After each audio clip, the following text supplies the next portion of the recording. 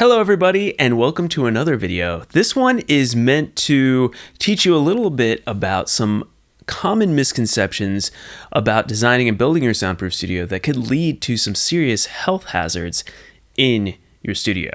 So if you're interested in doing this right, if you don't want to have these problems in your studio, stay tuned because I'm going to teach you all about the 3 things that could lead to serious problems with your soundproof studio design. Before we jump in, I do have a resource for you. This is my free soundproofing workshop. It's available at soundproofyourstudio.com/workshop. It'll go over exactly what you need to do to properly design your soundproof studio the first time, and we'll go through an entire design build of how I would have built my studio even better than I did the first time, and you'll learn along with me. So if you want to check that out, just go to soundproofyourstudio.com/workshop. All right, let's jump into this lesson on how to avoid health hazards in your soundproof home recording studio. Okay, the first thing we're going to talk about are fire stops. Now, fire stops are an important aspect of a soundproofing design if you're using a double wall system.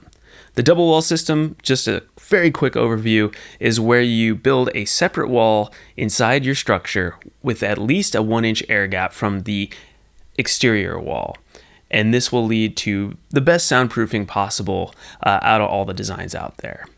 The only hazard with this design is that you actually create a chimney effect. So the 2 walls have an air gap where if a fire were to start in the middle of that wall, it would spread quickly up through the wall and into your ceiling cavity and throughout the rest of your structure without you even possibly knowing there was a fire to begin with, which obviously would lead to a serious health hazard if you could not get out of the building in time.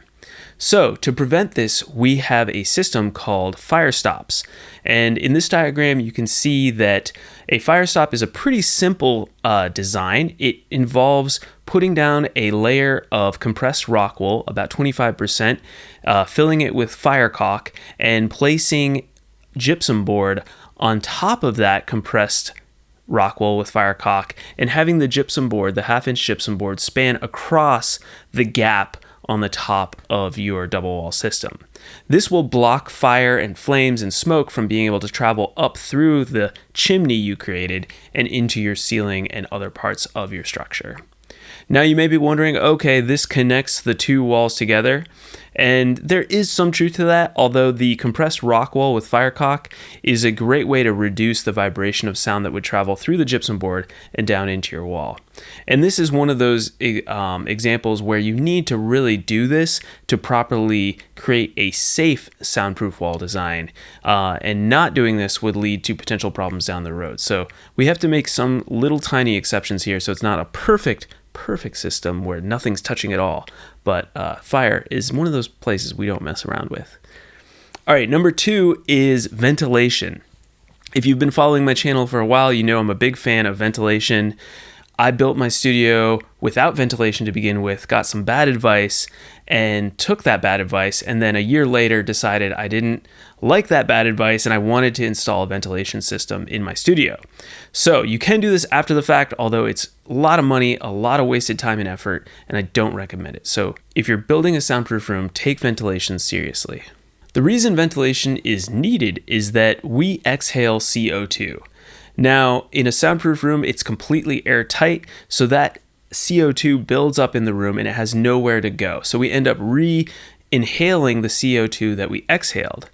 Now, according to the Wisconsin Department of Health, this can lead to some significant side effects. Some of the main ones we need to worry about in a soundproof room are fatigue, headaches, and poor concentration, among some other attributes that will make you really uncomfortable in your studio. If we look at this diagram here, we can see that the normal level of CO2 in the atmosphere is around usually 400 parts per million. When you get into the 500 to 1,000 rate, that's okay. Nothing too significant there. If you get into the 1,000 to 2,000 parts per million range, that's when things can start to get uncomfortable, and you'll notice like the fatigue, the headaches, the poor concentration.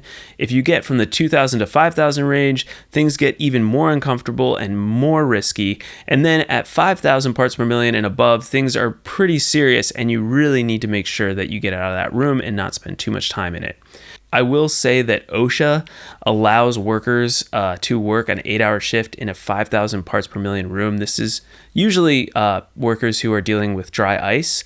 And I honestly, based on this research from I think the University of Wisconsin did a bunch of this research, I don't think that that's ideal, and I think OSHA should probably rethink those limits. But again, we live in a capitalist society where people are trying to make people work in unsafe conditions.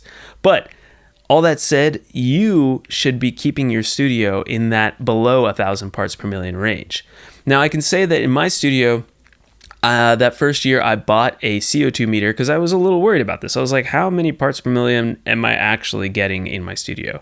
And when I spent an 8-hour day in the studio, I noticed that my parts per million reader that I have went up to around 1,000 to 2,000 parts per million, sometimes 2,000 to 3,000, with just me in the room. Now, when I had sessions with multiple musicians, let's say 3, 4, even 5 people, that number reached that 2 to 5,000 level much faster. So if they were spending a whole 8-hour day in there, we would probably reach some unhealthy levels within a couple hours. So depending on the size of your space, this will happen faster or slower, but either way, you don't want to be dealing with fatigue, headaches, poor concentration when you're trying to create amazing music. It just doesn't make sense to me. So if you're going to all the trouble of soundproofing a room, you definitely want to have a system for ventilation in place. The third and final health hazard I want to mention in your studio that could potentially happen to you is humidity issues. And mainly this is a health hazard due to mold growth. So according to the North Carolina Department of Health, having relative humidity levels of 70% or higher for extended periods of time almost certainly will lead to mold growth in your studio. Now, it's also important to know that according to Roger Weiss, who wrote the book Home Recording Studio, Build It Like the Pros, he says an ideal humidity for both humans and your instruments and your gear is 45% relative humidity. Now, I've also done research with previous YouTube videos, and I will say that in my opinion, after doing a lot of research, I think the range of 30 to 50% is perfectly fine for your home recording studio, and even going up to 60%, you could maybe fudge that, but it won't be as comfortable, and you're getting on the cusp of having issues with mold. So, all this said, we're shooting for that 30 to 50% with 45% relative humidity being ideal. Now, how do we get there? So the first thing, the easiest way to do this is to properly size your HVAC unit or mini split. The reason is that an oversized HVAC unit will make it so the system short cycles, not running long enough to actually allow the water vapor to condense on the HVAC coils and drip into the pan and then exit through the building. So this is how an HVAC system usually can control humidity in a home. Unfortunately, a lot of HVAC installers will oversize a unit either intentionally or unintentionally, leading to higher moisture levels in your home or in your recording studio. All this said, it's important to get the right BTU rating for your HVAC unit, and you want to talk with your HVAC specialist or do your research carefully so that you get the right size unit when you build your studio. If you still have humidity problems after that, you can get a standalone dehumidifier, which I actually have in my studio. The downside to the dehumidifier is that it's extremely noisy. I mean, I could not do any recording while the dehumidifier is running.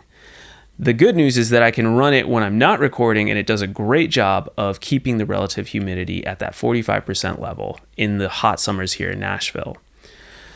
If you want to create a system where you don't have to worry about the sound of the dehumidifier, you can create an exchange room or have a room that is perfectly humidified and has great fresh air, and you can run a baffle box into your studio and have fresh air exchange coming between your outside room and your studio.